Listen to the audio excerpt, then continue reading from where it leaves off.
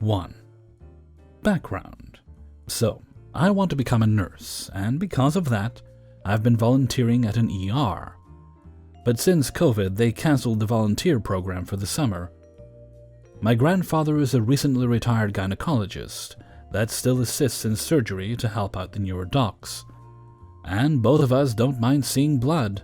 I have a natural stomach for it, I guess. To us, blood and surgery is nothing to cringe over, and he often tells me about the surgeries he's done, because he knows I'm interested and it's a lot of fun. The cast are me, grandfather, and entitled mother. Anyway, my state is allowing restaurants to open at a shorter capacity, and after my grandfather and I had dropped off my school books, school year ended, we decided to grab breakfast. We sat down, and people have to sit a table apart because of COVID.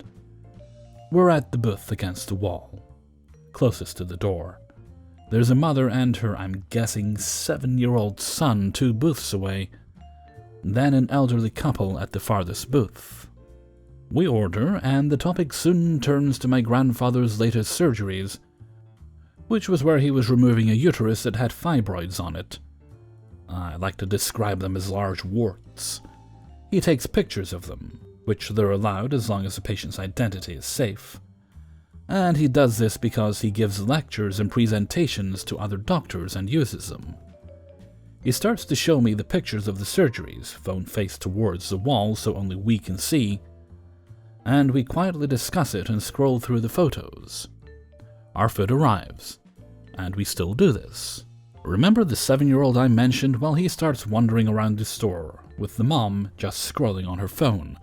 Before I continue, I want to mention that the surgery my grandfather is showing me pictures of is an open surgery, so there is a lot of blood and cut-up bits. There's no way to sugarcoat it, there's just a lot in these photos. Well, the kid wanders over to our table and asks us what we're looking at. I smile at him. I'm not wearing a mask since I'm eating, and tell him it's nothing he should worry about. He just steps closer and asks again. My grandfather says it's nothing he would be interested in. But this just annoys the kid even further. Since I'm holding the phone face towards the wall, he climbs on the booth with me and tries grabbing the phone out of my hand, but I just pass it over to my grandfather.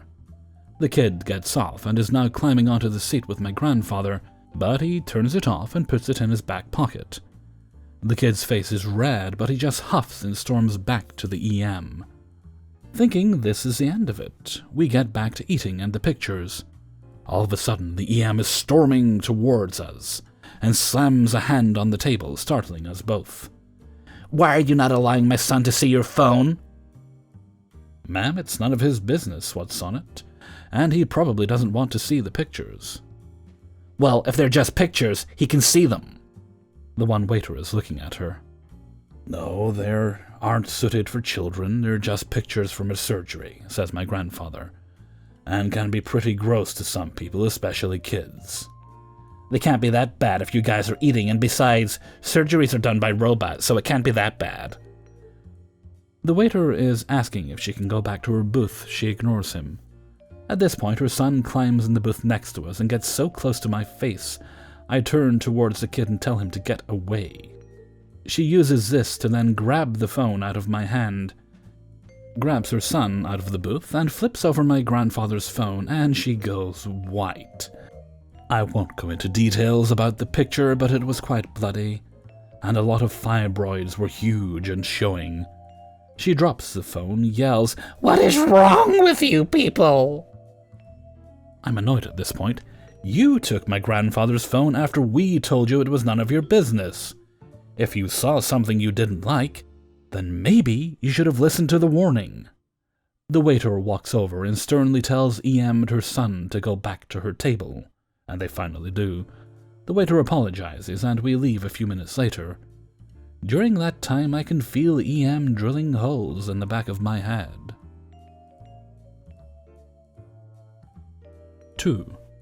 My father works as a doctor, GP with a pediatrician license, and while most of his patients are quite nice, he sometimes gets interesting mothers, to put it mildly. This happened during the monthly checkups of the infants. By my country's standards, Each baby has to be weighed, measured, etc. every month for 3 months, so as to check on progress. My dad worked with a young nurse at the time, who would help him with the checkups. He'd give the vaccine if one was needed, then send the baby with the mother and the nurse in another room to be measured. They would then return, and he would check the progress and give instructions if needed. Simple procedure. Parents got used to it pretty quickly. Some proved to be problematic, though. Around the middle of a busy working day, EM comes with her 6-month-old little girl for a checkup. All is good. The woman is not acting entitled or anything. Patiently, if a bit absent-mindedly, listening to my father explain about the checkup. She then goes with the nurse to have the baby measured. Now, the procedure when measuring is for the parent to hold the child while the nurse uses a tape measure to get their head, chest circumference, etc., so as not to stress them too much. They cry a lot when a stranger in white scrubs handles them, so she makes the parents actively participate in the process, and they're usually happy to get this over with quicker. Not EM, though. The moment they set foot into the consultations room, where the scales and everything else needed is, EM just thrusts her daughter, who instantly begins squirming and crying, into the nurse's hands, and promptly gets her smartphone out. "Here, you're gonna do it quick, aren't you?" She then walks out of the room. Yes, ma'am, but wouldn't you like to hold her? That way she'll be much less stressed. It'll be a lot quicker, too.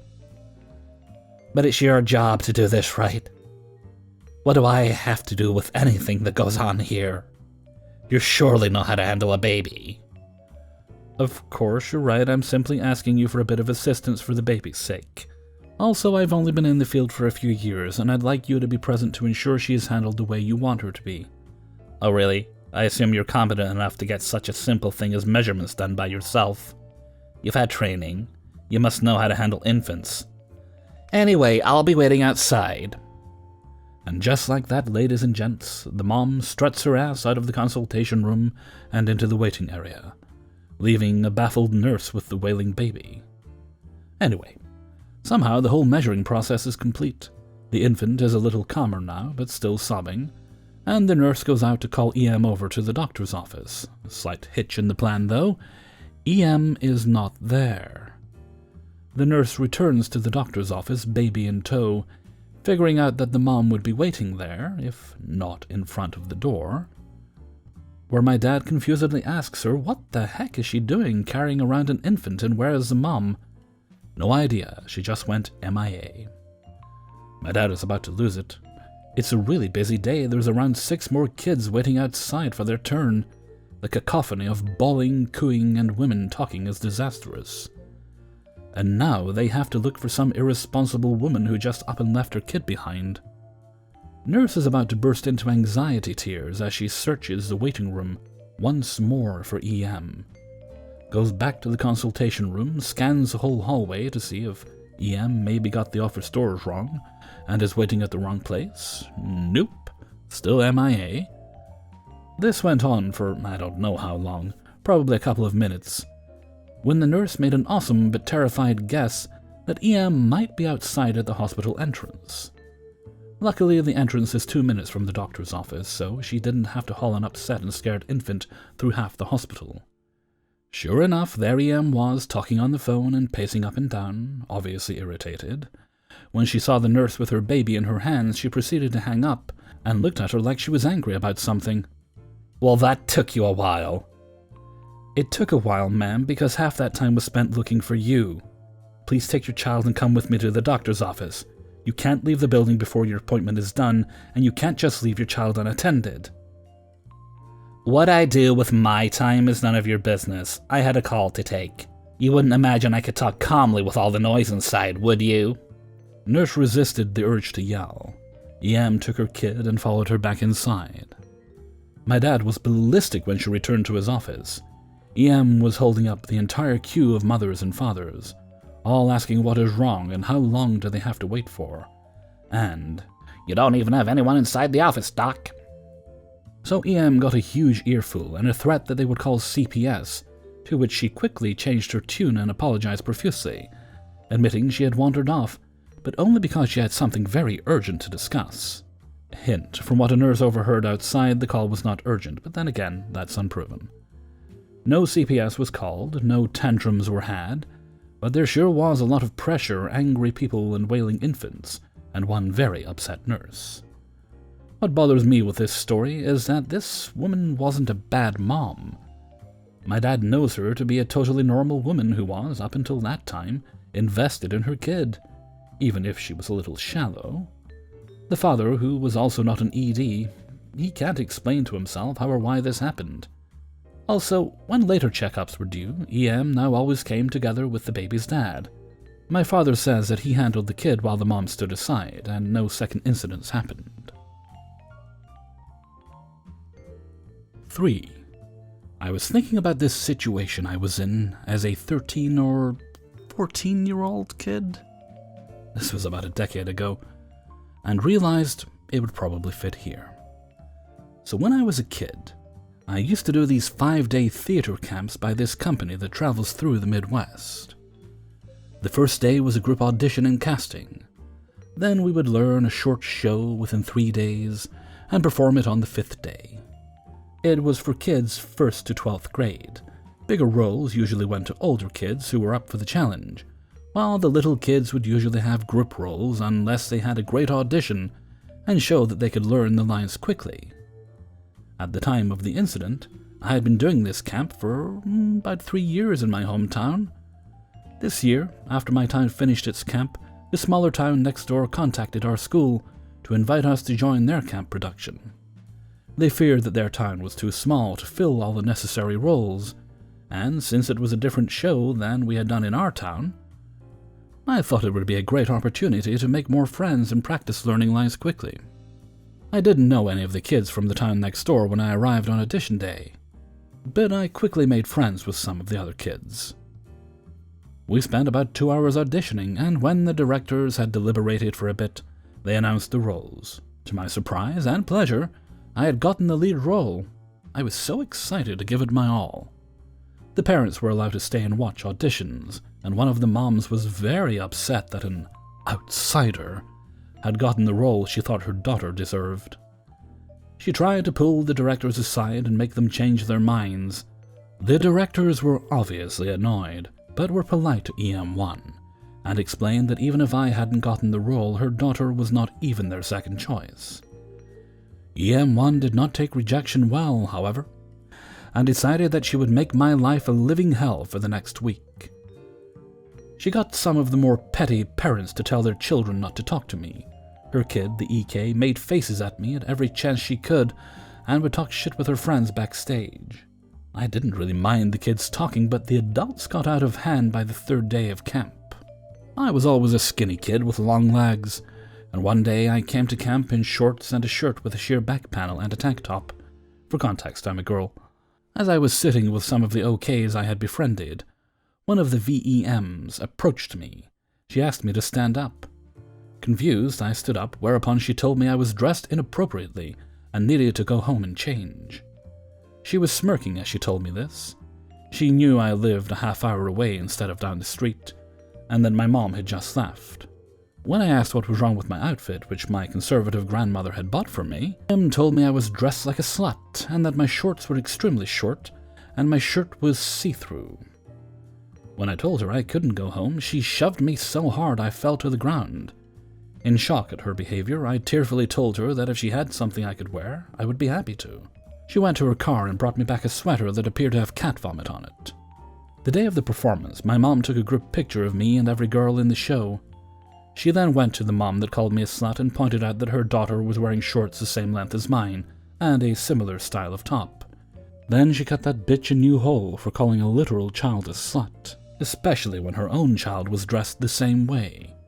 The show itself went very well, but the next year at the camp, the same EMs convinced the directors to cast me in a role with no lines, no matter how well I auditioned, despite the fact that they wouldn't have enough people for the show if people from my town didn't join.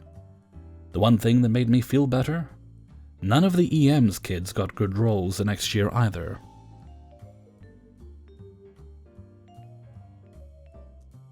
Four. Context from 3 weeks ago. I was with my mom and my sister doing some shopping for my mom's birthday. While she was trying some clothes, I go to the Asian store that is next to the store I was in because I was hungry, didn't eat midday. So I bought some sweet green tea Pockies.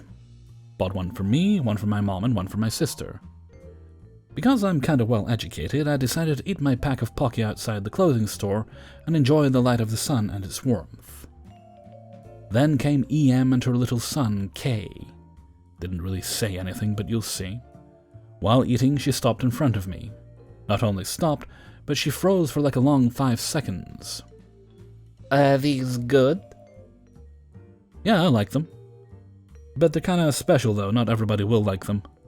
Would you mind giving us one to taste? No, please, but whatever.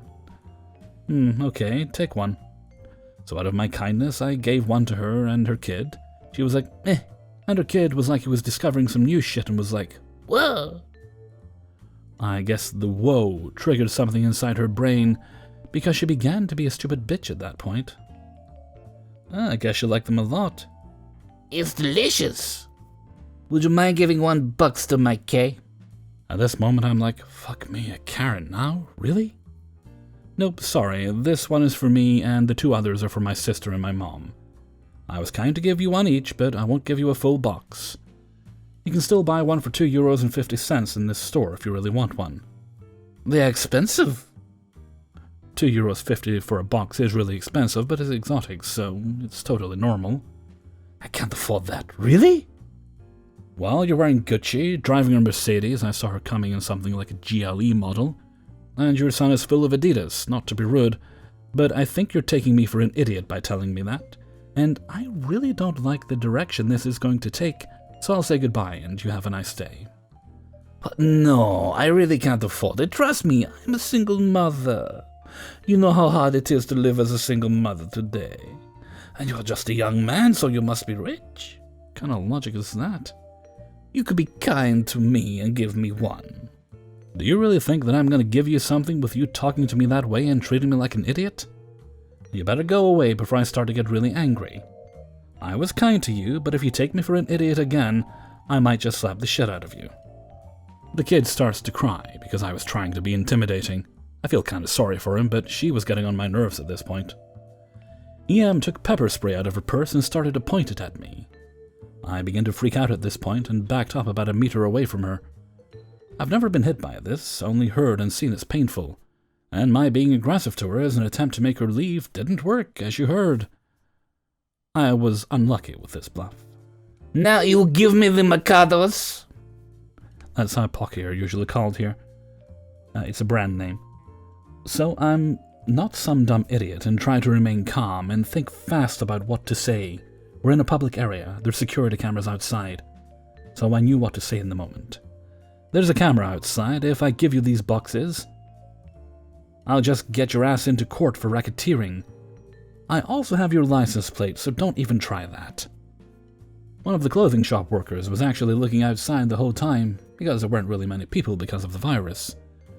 So when she saw EM with her pepper spray pointed at me, she decided to intervene. Well, what's going on here? Huh? Put that down and get out before I call the cops. Tell him to give me these. He stole them from my pocket. Look at him. He's crying. What are you saying? I saw everything. It's been 10 minutes.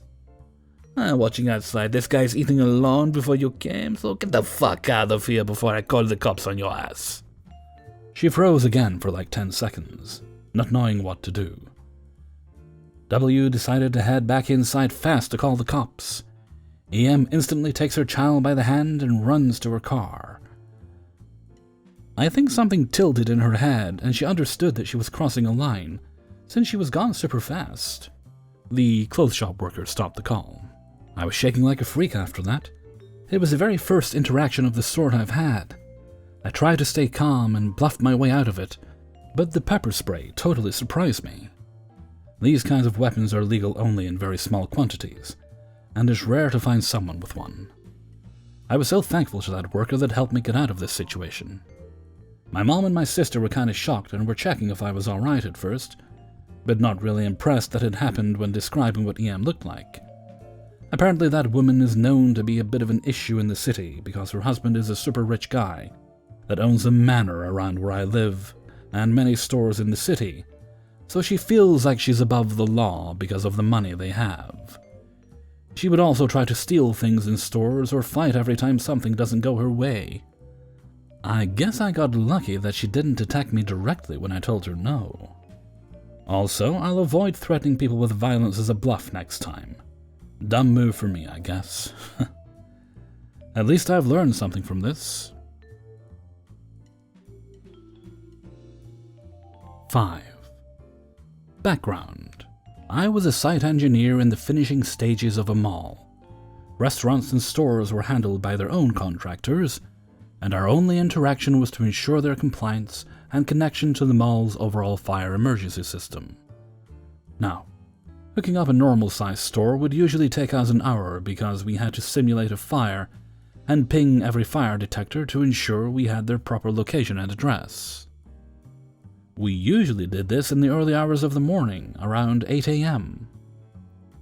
However, by the time we reached the restaurant level, they had already opened, and on this fateful day, I had the largest restaurant on that level to deal with. While we started at 8 a.m., it was around 10 a.m., and we were only halfway done when the restaurant opened to the patrons. Cast as manager entitled Mom, Daughter, Son, and me. Scene. Baron, I'm going to let in a family who came early 'cause it's really hot outside, said the manager.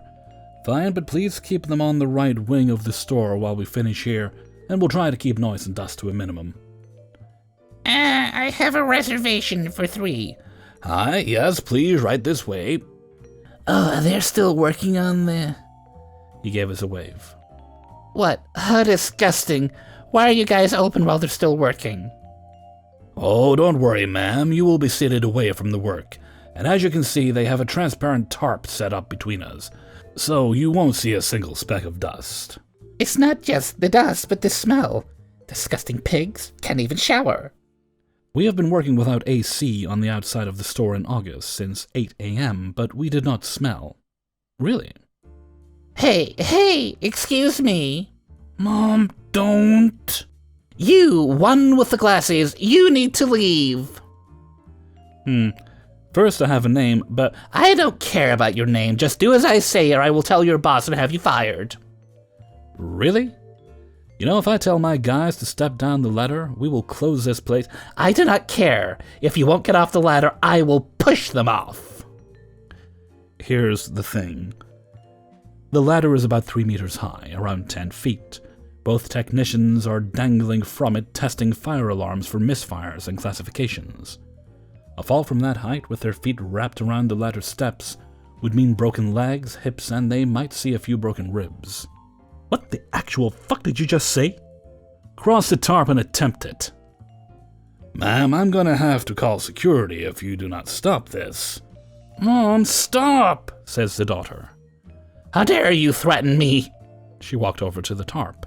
As she tried to enter, not wanting to physically touch her, I placed the iPad on her face and pushed her back, unintentionally knocking her onto her ass. Threaten my staff again, I dare you.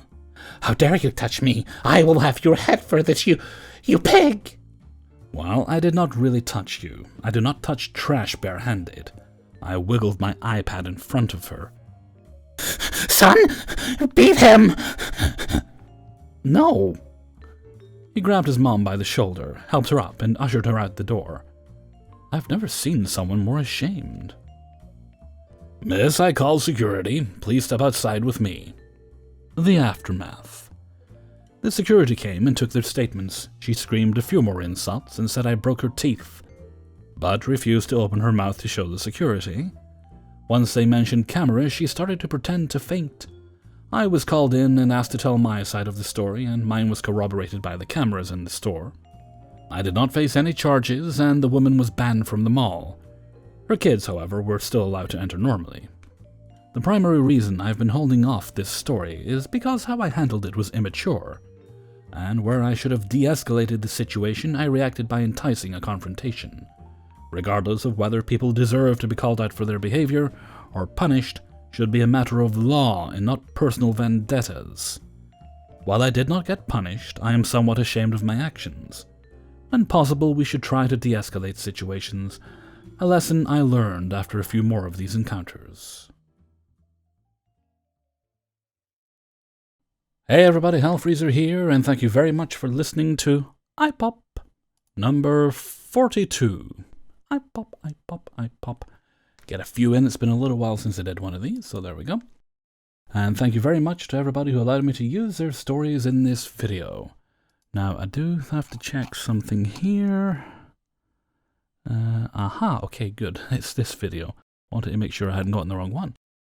A little bit of a shout out, so I want to give a shout out to the author of Coffee Before Breakfast, the author of story number 1. That's the one about the person with the grandfather in the store with the kid who wanted to see the surgery pictures on the cell phone. Thank you very kindly for letting me use your story. Right, this is Sunday, isn't it? Yes, it is. It's a Sunday. Well, it's actually not. I'm going to let you in a little secret. It's actually Tuesday for me. It's about 10 minutes to 6 in the morning on Tuesday, but that's just between you and me. Don't tell anyone else. Right, I'm going to cut the rest of the outro kind of short because I'm getting a bit warm here. Always, the heat always tends to rise, so I'm going to go downstairs, chill out, and I'm going to remember to upload my videos. When I did a big recording session last week, I had the following 2 days' videos already made and ready to upload, and I completely forgot to upload them until, I think it was about 7, 8 o'clock, and I realized, oh crap, I better upload those. So they went up late that day. But when I'm done here, I'm going to go upload those videos. It's the first thing I'm going to do. Then I'm going to grab a bite to eat. Okay. And with that, I'm going to head off for now. So until next time, thank you very much for listening, and take very good care of yourselves.